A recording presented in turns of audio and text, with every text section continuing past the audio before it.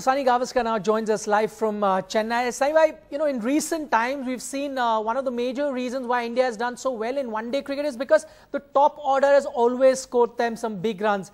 This time the top order was dismissed cheaply. Many would say this was probably Australia's best chance of winning then. But if they can't win despite dismissing that top order cheaply, then do you reckon they'll find it tough most other times to beat this Indian ODI team?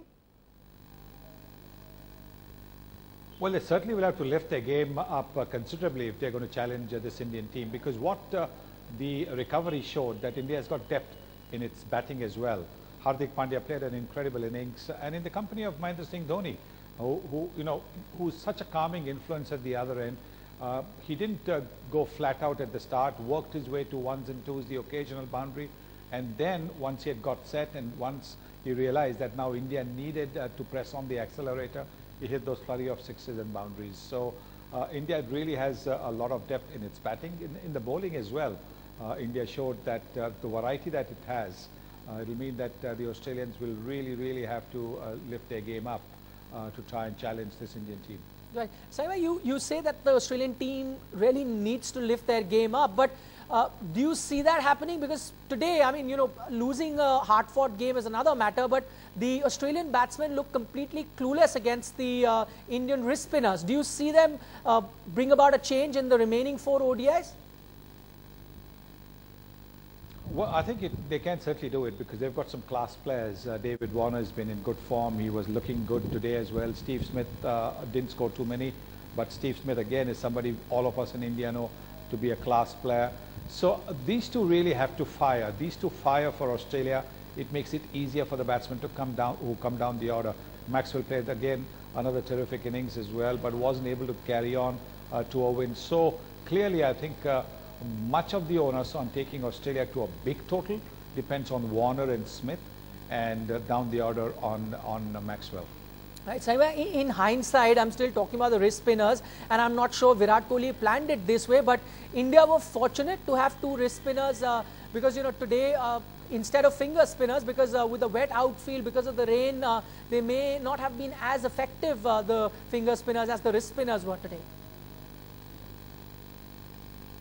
That is true, but also I think what wrist spinners do is because they slow the ball down off the pitch, it's very difficult to hit them. Yes, you might get the odd over where you get smashed for runs, like Kuldeep Yadav was smashed in 1 over.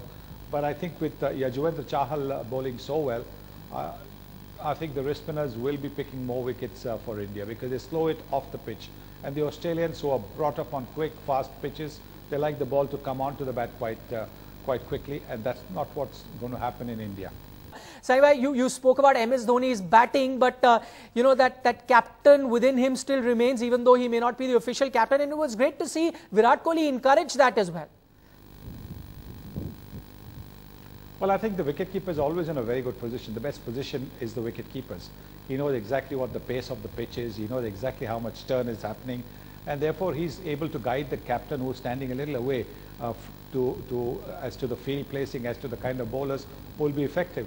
And I think the fact that he's been such a successful captain for India gives Virat the confidence to let him have his way and speak to the bowlers or just make those little adjustments on the field. You see that happening when before MSD crouches down, he's all the time saying the fielder, indicating to the fielder to move a little bit this way or a little bit that way.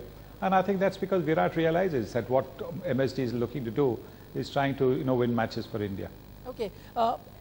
Apart from his wicket keeping, we spoke about his batting. Remarkable restraint shown by him today. No boundary for 65 balls for someone who is essentially a boundary hitter. A thing you reckon some of the youngsters in the Indian team can learn from? Well, I think he recognized the situation. He recognized that the situation needed for him to stay right till towards the end of the innings. And if he could stay till 48, 49 overs, then India would be able to get to 250. That's, I think, something that he recognized. And that is how he paced his innings. Pacing the innings also becomes important. As you get older, the experience that you have allows you to play in a manner that will take the team the full distance. Not try and do something flashy, which is very good, very attractive to the crowd for maybe 4, 5, 6 overs. But then you get out and then the team is left lurching. So I think what Mahendra Singh Dhoni did was exactly what the situation needed. He was playing the waiting game, the ones and twos, giving Hardik Pandya, the big striker, as much of the strike as possible, and that actually tells you the maturity that India luckily has at its disposal. Okay, we'll talk about Pandya, Sunny Bhai, and his style of batting cricket.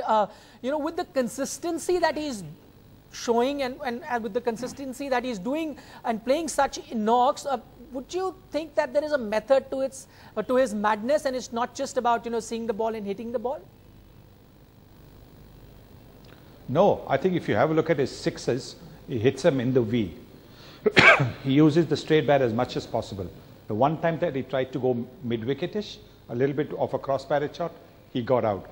So when he's hitting the ball in that arc, and that's his strong arc, then when he connects the ball, it invariably goes for a six. So there is a method in his big hitting. And what's important is that he played himself in. He wasn't looking to hit the ball straight away, which is often the position he finds himself when he comes into bat, when India has batted well at the top of the order, when Sharma's got runs, Kohli's got runs. Then Hardik Pandya has to come down the order maybe for 5-7 overs, and he's got to start throwing his bat straight away.